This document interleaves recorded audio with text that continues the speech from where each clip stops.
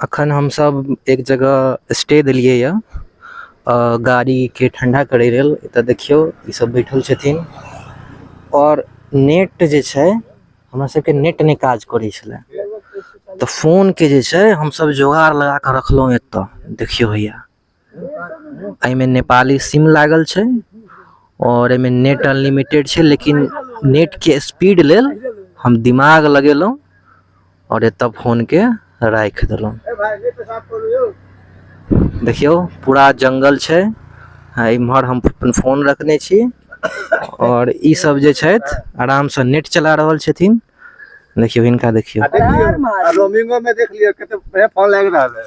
कथी लाग रहल है? रोमिंग में फोन लाग रहल, लेकिन हां खाली करे रिचार्ज करावे पड़त। रोमिंग के रिचार्ज करा। हां लेकिन अहाँ में की, अहाँ में टावर है से कहियो। सबसे बड़का बात की छै, ऋषभ बाबू के जुगाड़